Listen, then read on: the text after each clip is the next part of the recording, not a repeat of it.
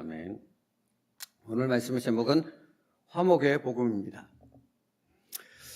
구원받았다는 것은 이제 예수 그리스도의 십자가로 말미암아 당신이 하나님의 자녀가 되어졌다는 의미입니다. 그리고 이 말에는 하나님께서 당신을 향한 목적을 갖고 계심을 우리가 날마다 자각하는 삶을 살아가게 되었다는 의미입니다. 하나님은 우리를 자녀 삼으셨습니다. 근데 거기에는 자녀 삼았으니까 끝, 그게 아니고 자녀 삼았으니까 이제 내가 너희를 향한 목적이 있는데 그 목적을 이루는 삶을 살아가야 한다라는 의미를 거기에 담고 있다고요. 자녀됨의 목적이요. 그러면 여러분, 자녀됨의 목적은 무엇입니까? 돈 벌어오라는 것입니까? 헌금 많이 하고 봉사 많이 하고 무언가 나를 기쁘게 하기 위해서 뭘 해라 하는 목적입니까? 그것이 아니죠. 그렇다면 자녀됨의 목적을 뭐라고 성경은 우리에게 말씀하고 있죠? 에베소서 1장 4절로부터 5절이요. 곧 창세전에 그리스도 안에서 우리를 택하사 우리로 사랑 안에서 그 앞에 거룩하고 흠이 없게 하시려고 그 기쁘신 뜻대로 우리를 예정하사 예수 그리스도로 말미암아 자기의 아들들이 되게 하셨으니 라고 말하죠. 너무나 자주 묵상했던 말씀 아닙니까? 예수 그리스도 안에서 하나님의 아들들이 되게 하셨다. 자녀가 되게 하셨다. 근데 그렇게 하신 목적이 무엇이라고 에베소서 1장은 말하고 있습니까? 거룩하고 흠없는 자녀가 되게 하시기 위함이랍니다.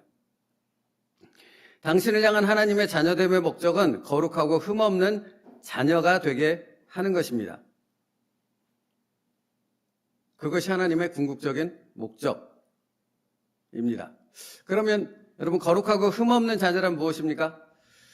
여러 가지로 설명할 수 있으나 가장 중요한 것은 죄로부터의 분리입니다. 죄를 자각하는 것. 그래서 죄를 분별함으로 내가 이전에 죄가 죄인지 모르고 살았던 그 삶에서 돌이켜 이제 죄가 무엇인지를 알고 그 죄로부터 나를 돌이켜 하나님의 자녀답게 살아가는 자로 바꾸시겠다고요. 여러분, 그러니까 우리는 무엇부터 알아야 되냐면 우리가 구원받기 이전에는 죄가 무엇인지를 알지 못했다고요. 여러분, 하나님을 알지 못하면 죄가 무엇인지 알지 못한다고요. 예수 그리스도의 십자가의 은혜와 사랑을 알지 못하면 죄가 죄인지를 알지 못한다고요. 분별 못한다고요. 세상에 믿지 않는 사람들은 자기가 죄가 무엇인지를 안다고 말합니다만 그들은 무지함 가운데 죄가 무엇인지를 알지 못하기에 죄를 안다라고 말하고 있는 것입니다. 이것에 대해서 로마서 3장 10절부터 18절 말씀 이렇게 말해요. 그 부분에 대해서 들어보십시오. 의인은 없나니 하나도 없으며. 하나님 앞에서 의인은 없다고요. 이게 죄를 아는 사람이 없다라는 말이에요. 그 뒤에서 그래서 설명해요. 의인은 없나니 하나도 없으며 깨닫는 자도 없고 하나님을 찾는 자도 없고 다 치우쳐 함께 무익하게 되고 선을 행하는 자는 없나니 하나도 없도다 라고 분명하게 선언하세요. 그들의 목구멍은 열린 무덤이요 그 혀로는 속임을 일삼으며 그 입술에는 독사의 독이 있고 그 입에는 저주와 악독이 가득하고 그 발은 피 흘리는 데 빠른지라 파멸과 고생이 그 길에 있어 평강의 길을 알지 못하고 그들의 눈 앞에 하나님을 두려워함이 없느니라. 그러니까 한마디로 얘기하면 죄가 죄인지 이들은 알지 못한다. 구원받지 못한 사람은 죄가 죄인지를 알지 못한다. 여러분, 이걸 좀 더 확대해서 해석하면 이런 말이 되는 겁니다. 여러분이 하나님의 자녀라고 믿고 살아가는데 내가 하나님의 말씀 앞에 내 인생을 하나님 앞에 전적으로 의탁하지 못하면 우리는 언제든지 어떤 삶으로 어떤 방향으로 우리의 삶의 방향을 바꿀 수 있는가? 죄가 죄인지 모르는 삶에 혼탁한 삶으로 우리의 삶을 밀어넣을 수 있다고요. 예? 이건 굉장히 중요한 부분이죠. 우리가 살아가면서도 내가 하나님의 자녀됨의 그 목적이라는 부분을 잊고 살게 되어지면 우리가 하나님의 자녀, 구원받은 백성이라고 말하면서 나의 삶을 어디로 몰아넣어요? 죄가 죄인지를 모르는 그 무지한 삶으로 나를 몰아넣는 삶에 뒤섞이게 된다고요. 그게 종교인이에요. 그러므로 성경은 뭐라고 말합니까? 죄를 알지 못하는 자에게는 하나님의 형벌이 있는데 그 형벌은 영원한 죽음이라고 말하고 있는 것이죠. 모든 사람이 죄를 범하였음에 하나님의 영광에 이르지 못하던 이가 되는 것입니다. 그런데요, 여기서부터가 중요한 겁니다. 우리를 하나님의 자녀로 건져주셨죠. 그건 무엇을 의미하는 거예요? 그러니까 그 죄가 죄를 먹는 무지함과 혼탁함과 지옥 같은 삶에서 우리를 하나님이 건져 주셨다는 의미예요. 그러면 건짐을 받은 자가 달라진 삶의 모습은 무엇이겠습니까? 이제부터 죄를 분별하는 삶을 살아가는 거죠. 내 이성으로? 아니요. 성령 안에서. 예수 그리스도의 말씀 안에서 죄를 분별하는 삶을 살아가는 거예요. 그러면 여러분, 우리는 기계가 아니잖아요. 그냥 스위치 하나 딱 누르면 그냥 갑자기 우리의 모든 것이 바뀌어져서 그렇게 살아가는 자가 아니잖아요. 우리는 인격체잖아요. 그리고 하나님은 우리를 인격체로 대하잖아요. 그러니까 인격적인 존재가 대함으로 그 죄를 분별하는 삶을 살아간다는 것은 무엇을 의미하는 것입니까? 우리의 삶에 좋은 말로 하면, 좋은 표현으로 하면 성령 하나님의 인도하심이 있다라는 것이고, 이게 나쁜 말은 아닙니다만 우리가 좀 거북하게 여길 수 있는 단어를 사용한다면 하나님의 간섭이 있는 거라고. 이제 우리는 그러니까 거룩하고 흠없는 자녀가 되어졌다는 말은 이제 우리가 홀로 살아가지 않는다는 겁니다. 우리 안에 하나님이 계시다는 것이고, 하나님은 우리의 삶 가운데 그냥 가만히 이렇게 뒷짐지고 네가 어떻게 사는가 한번 내가 보자 이렇게 있는 분이 아니라는 겁니다. 우리의 삶 가운데 적극적으로 개입하셔서 우리의 삶을 이끌어 가시는 자가 되어 주신다는 거죠. 그러니까 이 말은 무엇입니까? 삶의 주도권을 내가 가지고 있지 않고 이제는 누가 가지고 있는 거예요? 하나님이 가지고 있게 된다는 거예요. 이게 자녀됨의 의미고, 사실은 거룩하고 흠없는 자녀가 되어졌다라는 말의 의미가 여기 있는 겁니다. 거룩하고 흠없는 자녀가 되어졌다라는 것은 이제 그 주도권을 하나님 앞에 넘겼음을 인정하고 그 주도권을 가지고 이끄시는 하나님 앞에 날마다 나의 삶에 적극적인 순종으로 나아가는 자가 되는 삶을 살아가는 자.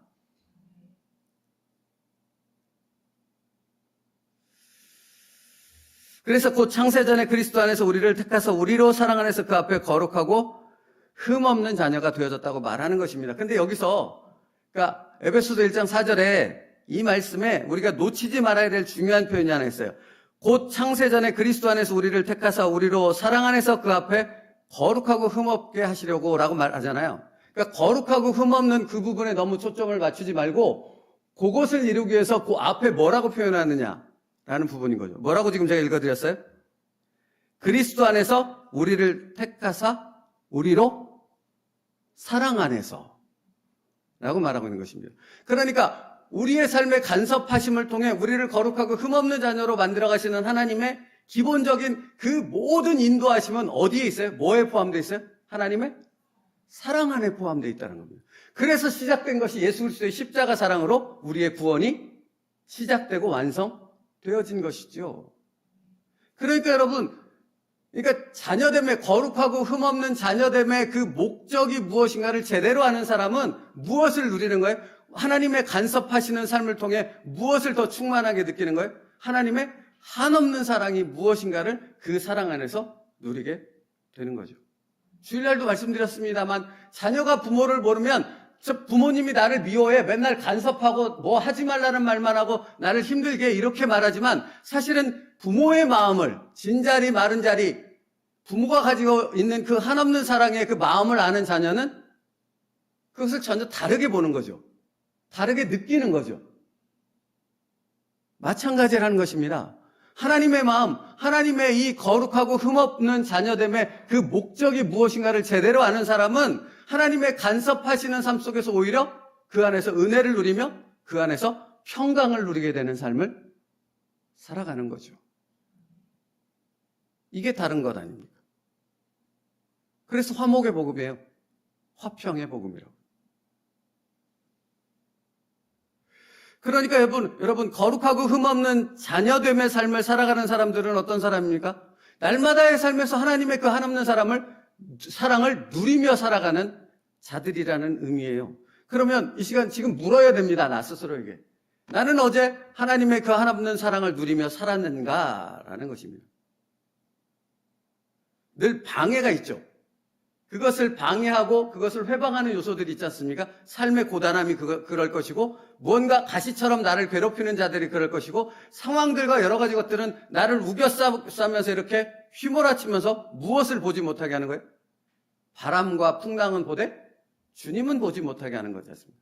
바람과 풍랑을 보면 내 입에서 뭐가 나와요? 불평과 원망이 나오지만 주님을 보면 샘버스 목사님의 기가 막힌 표현처럼 파도 위를 걷기도 하지만 파도 아래도 걸을 수 있다는 믿음의 능력 가운데 살아가게 하는 것 아닙니까? 두려움을 주는 요소가 없다라는 말이 아니죠. 두려움을 주는 요소가 내 삶에 있습니다. 언제든지 덮칠 수 있습니다. 그러나 그 두려움의 요소가 나로 하여금 하나님의 한없는 사랑과 전능하신 하나님의 그 사랑의 손길이 나를 붙잡고 계시다는 그 충만함으로 들어가게 하는 시작점이 될 수 있다는 거죠. 그러니까 전혀 다른 관점이 되는 거잖아요. 그러니까 이런 말씀드렸어요. 분별이라는 것은 하나님을 아는 데서 오는 거라고. 하나님을 알면 똑같은 삶인데 전혀 다르게 보인다고. 그게 분별이라고. 여러분의 삶에 이 한없는 하나님의 사랑이 오늘도 가득하게 되어짐을 믿습니다. 그것을 알 수 있는 믿음의 축복된 자 되어지길 주님의 이름으로 축복합니다. 그러므로 이 말을 기억하세요. 거룩하고 흠없는 자녀됨의, 이걸 성화라고 말하잖아요. 자녀됨의 완성은 예수 그리스도의 사랑에 있습니다. 나에게 있지 않고요. 나를 자녀되고 거룩하게 흠없게 만드는 오늘을 살아가게 하는 모든 것은 나에게 있지 않고 예수 그리스도의 사랑에 있음을 깨닫는 것이라고요. 예수님의 십자가의 사랑이 나로 거룩하고 흠없는 자녀가 되게 하는 하나님의 목적을 완벽하게 이룰 것이라는 의미입니다. 그러므로 이것을 알게 되고 이것을 경험하는 자라면 어찌 찬양하지 않을 수 있겠냐고요. 그리고 그 찬양의 고백이 이것과 동일하지 않겠습니까? 나 같은 죄인 살리신 주 은혜 놀라와 잃었던 생명 찾았고 광명을 얻었도다. 그래서 동일한 것입니다. 그래서 사실은 여러분 에베소서 말씀을 읽어드렸잖아요. 그 앞절과 지금 제가 4, 5절 읽었는데 그 앞절과 뒷절에 똑같은 얘기를 해요. 4절에 찬송하리로다 하나님 곧 우리 주 예수 그리스도 아버지께서 그리스도 안에서 하늘에 속한 모든 신령한 복을 우리에게 주시되 라고 말해요. 찬송하리로다 시작하잖아요. 하나님의 놀라운 복을 내게 주셨기에 내가 찬송하리로다라고 말하잖아요. 6절로 가면 똑같이 말해요. 이는 그가 사랑하시는 자 안에서 거저주시는 바 그의 은혜의 영광을 찬송하게 하려는 것이라. 그러니까 여러분 이게 무슨 말인지 아시겠습니까? 하나님의 간섭하심이 괴롭게 하고 나를 힘들게 하고 내 자유를 누리지 못하게 하는 것이 아니라 하나님께서 정말로 그 거룩하고 흠없게 하시라는 그 예수 그리스도의 사랑을 누리게 하는 삶이라는 것을 깨닫는 자들은 그 삶 속에서 무엇할 수밖에 없는 거예요? 하나님을 찬송할 수밖에 없는 거예요. 날마다 찬송이 나올 수밖에 없는 거예요. 세상 사람들이 말하는 그 형통으로 가득해서 찬송이 아니라 괴롭고 힘들고 어려운 삶, 그 고단한 신앙인의 삶을 걸어가는데 그 삶 속에서 날마다 깨닫게 되어지는 그 한없는 은혜가 나로 찬송하지 않고서는 견딜 수 없는 자가 되게 하신다라는 것입니다. 그래서 오늘 챔버스 목사님이 이런 말씀을 선포해요. 이렇게 말해요. 당신이 하나님께서 그 죄성을 고치시기를 간절히 원한다면, 당신이 하나님께서 그 죄성을 고쳐주시기를 간절히 원한다면 그분의 재창조의 역사가 시작될 것입니다. 그렇죠? 그 재창조의 역사라는 것은 하나님을 찬송한다라는 것이 무엇인지를 내 안에서부터 깊이 깨닫고 그 찬송의 고백을 날마다 누리는 자의 삶을 살아간다라는 것이죠. 그래서 로마서 1장 17절은 이렇게 말하는 것 아닙니까? 복음에는 하나님의 의가 나타나서 믿음으로 믿음에 이르게 하나니 기록된 바 오직 의는 믿음으로 말미암아 살리라 함과 같으니라.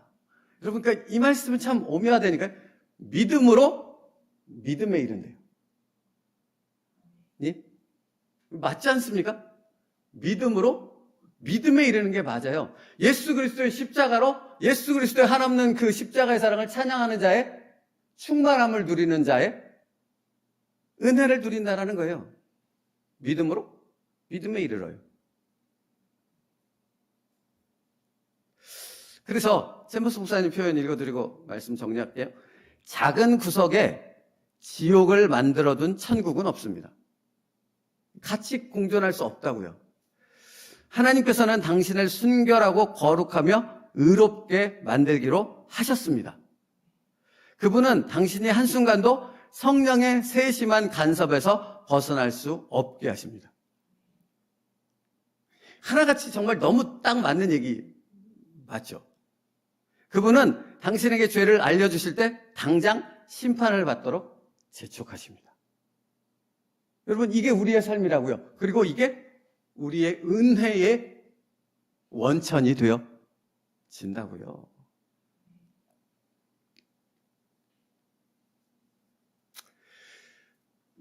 사랑하는 성도 여러분, 오늘도 하나님은 우리의 삶을 간섭하실 것입니다. 그것도 챔버스 목사님의 표현을 들자면 세밀하게 간섭하실 것입니다. 적당히가 아니고 대충이 아니고. 그러니까 어떤 면에서 보면 이런 말을 한다고요. 챔버스 목사님 표현해요. 정말로 하나님은 자비가 있으시고 사랑이 있으시단 말인가? 이런 생각이 우리 가운데 떠오른다고요. 그게 잘못된 게 아니라는 거죠. 근데 그런 생각이 떠올랐을 때 그 생각에 집중하지 않고 우리는 뭘로 돌아와야 돼요? 예수 그리스도의 십자가의 사랑 그 말씀 안으로 돌아오게 되어졌을 때 그 생각을 받아들일 수 있는, 우리의 순종으로 바꿀 수 있는 믿음의 선택으로 바뀌어진다는 겁니다. 이게 의지적인 항복이라는 말과 같은 거예요. 그죠? 우리의 의지를 들여 하나님 앞에 항복하여 순종의 길로 나아가는 것입니다. 그러니까 여러분, 하나님을 아는 것에 대해서 요한복음 17장에 말하는 것만큼 정확한 말씀이 없는 거예요. 하나님을 알지 못하면 영생을 알지 못한다는 말씀이잖아요. 날마다의 삶 속에서 우리가 하나님을 알아가는 삶을 살아가는 거예요. 그 세밀한 간섭을 통해. 그래야만 우리는 그 하나님의 자녀됨의 그 귀한 목적 가운데 그 충만함을 누릴 수 있는 자가 될 수 있기 때문입니다. 요것만 말씀드리고 말씀 마칠게요. 정말로 하나님은 자비가 있으시고 사랑이 있으시단 말인가? 라고 당신은 말합니다. 그러나 하나님 편에서 보면 이것은 영광스러운 사랑의 사역입니다. 하나님께서는 당신을 순결하고 흠없고 깨끗하게 하실 것이기 때문입니다. 이를 위해 하나님께서는 당신이 그동안 보여왔던 죄성을 깨닫기를 원하십니다. 하신 후에요. 그 죄성은 바로 자기주장입니다. 라고 말해요. 자기주장이라고. 그러니까 여러분, 이 죄성이 자기주장이라는 말에 많은 것을 내포하고 있는 것이죠. 그러니까 어떤 면에서, 그러니까 다 설명할 수는 없으나 어떤 면에서 우리가 나 이 하나님의 자녀가 되었잖아. 그러니까 하나님의 간섭 없이 내가 내 의지대로, 내 노력대로, 내 능력대로 살면 되는 거 아니야? 이 생각 자체가 이미 자기주장, 또 다른 죄성의 모습을 깨닫지 못하고 있는 모습이라는 거예요. 사실은 그런 게 전혀 없을 수밖에 없잖아요. 뭐 너무 설명할 게 전능하신 하나님이고 전지하신 하나님한테 그 하나님 앞에 그런 얘기를 할 수 있겠느냐고요. 뭐 그런 것부터 시작해서 너무 말할 건 많지만 여러분 보십시오. 그러니까 자기 주장이 무엇입니까? 우리가 살아가는 삶 속에서 날마다 하나님의 간섭이 있어야 됨을 부인하는 어떤 나를 바라보는 그 생각과 선택이 자기 주장이라는 거예요. 왜 이런 일이 일어났습니까? 라는 불만은 자기 주장에서 나오는 것 아닙니까? 그러면 이걸 바꾼다면 무엇이 되겠습니까? 이런 일이 일어날 수밖에 없는 하나님의 뜻이 어디 있습니까? 라고 하나님 앞에 나아가야 하는 거죠.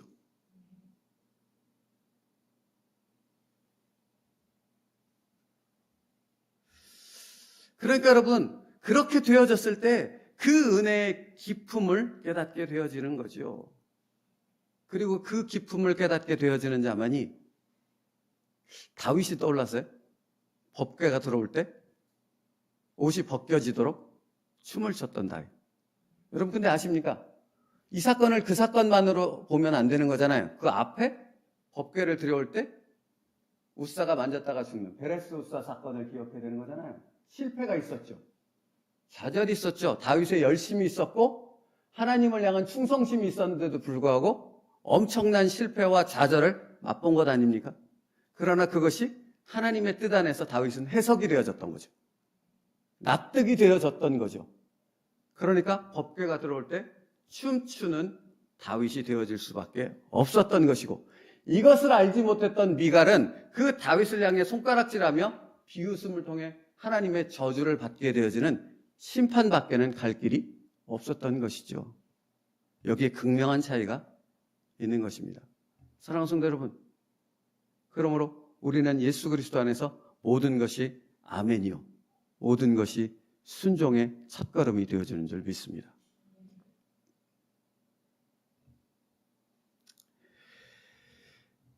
말씀 마치겠습니다. 당신이 하나님께서 그 죄성을 고쳐주시기를 간절히 원한다면 그분의 재창조의 역사가 시작될 것입니다. 그 후 당신은 하나님과 이웃과 바른 관계를 맺게 될 것입니다.